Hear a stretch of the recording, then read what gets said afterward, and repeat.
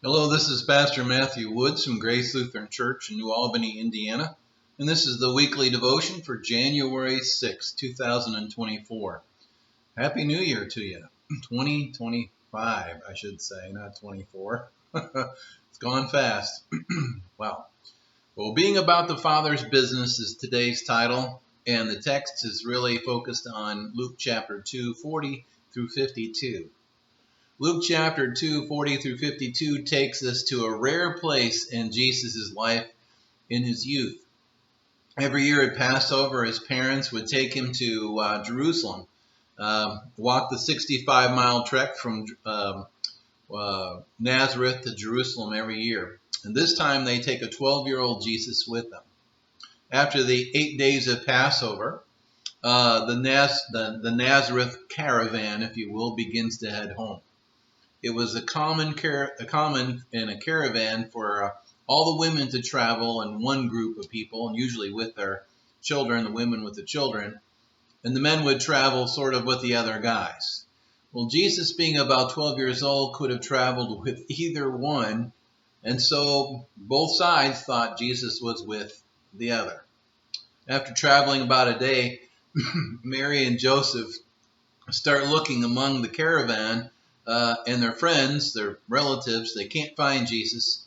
And as parents, as you know, if you cannot find your child even for 1 minute, panic and fear will set in, and the welfare of that child becomes your the thing that consumes you until you find all your energy and attention goes to that. Now, I'd be willing to bet that back in Jerusalem, let's say that there was an anxious and a fast pace back to the city of Jerusalem by Mary and Joseph to go and find Jesus. Now, by the time they find Jesus, he is at the temple in his father's house, sitting among the seminary professors, asking questions and talking with them about the scriptures. This is a noteworthy event for Jesus. First of all, the Talmud of Jewish thought defines a 12-year-old as the time where a special ceremony would acknowledge the fact that he is now a son of the law.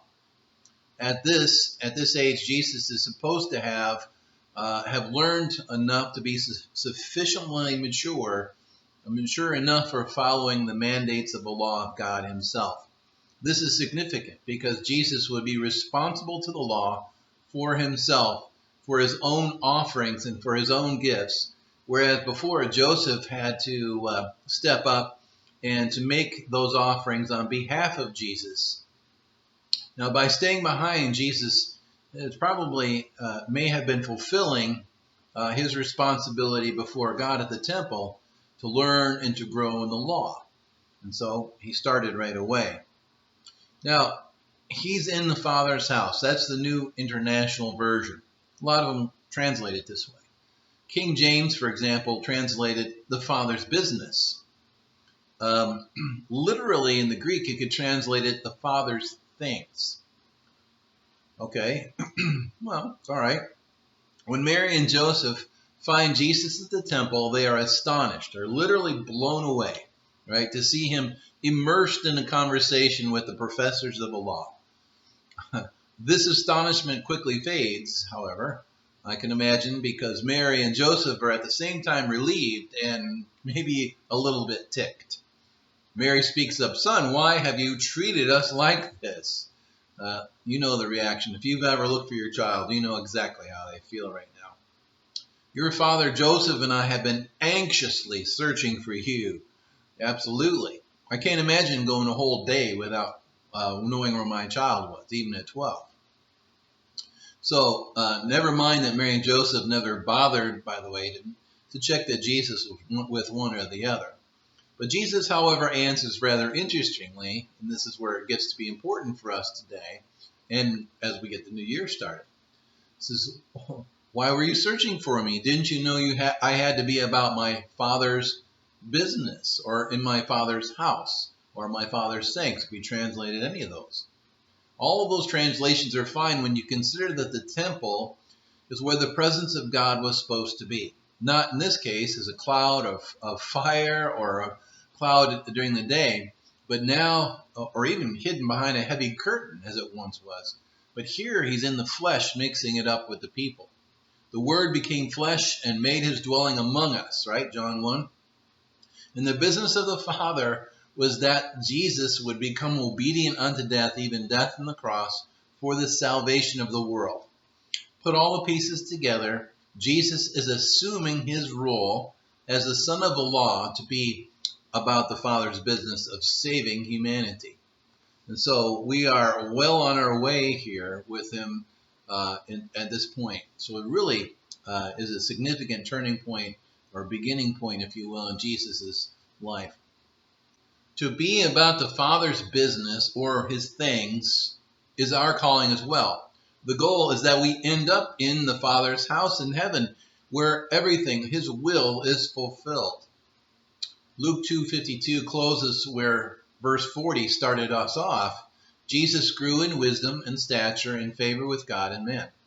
Wisdom and stature and grace are the winning elements of a Christian lifestyle and the way one pursues the Father's things or the Father's work.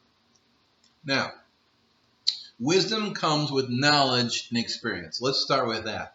That's one of the ingredients of being about the Father's business, knowing the Father.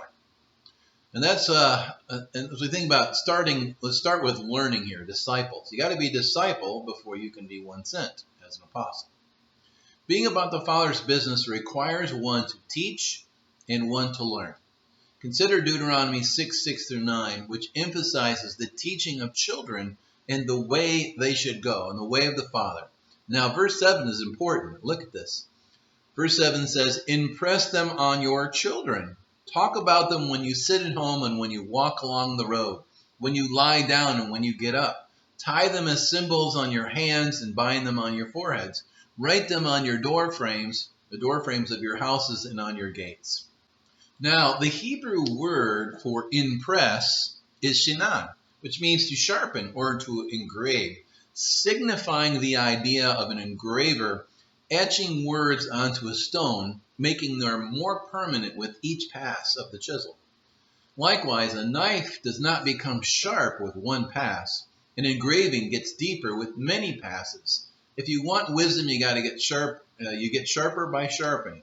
If one is to make an engraving last, it must run deep. Otherwise, the knife remains dull and the engraving will fade. It's just the way it is. The golden rule of teaching anything, though, is that it is repeated, and what is remembered and learned is repeated. What you do more often is what is engraved into people, right? Habits, we call those habits. We do those over and over again. It becomes ingrained in our way of doing things. Whatever is repeated in our own lives will shape character and move it towards faith or away from it. God makes wisdom a priority. Wisdom is knowing God's word and embracing that word in life. And it always centers on knowing the word first, knowledge of the word. Impressing the word upon a child in Deuteronomy chapter 6 is to make it part of every day and everything. Sitting at the table, at Sunday school, on the way to and from school, or events, on the way to vacation, on vacation, every corner of life. It was meant to be a part of your life. It is a repeated training, discipling, and a continued learning on the part of parents as well. But we are all there meant to repeat this process so that wisdom grows and is engraved deeper and deeper into our character and our faith. Now consider another dynamic duo in Luke, the final one, favor with God and with men. Favor with God takes grace. Favor from God is grace. James Emery White, author of Christ Among the Dragons, makes this point. The deep spiritual truth, wisdom, that must mark our faith and our lives is this. Grace, by its definition, is to be applied directly to someone else's sin.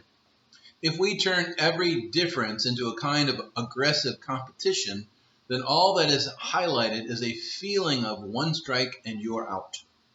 If, however, differences are met with grace and the messages focused on letting us love people by seeing them as God intended that to be.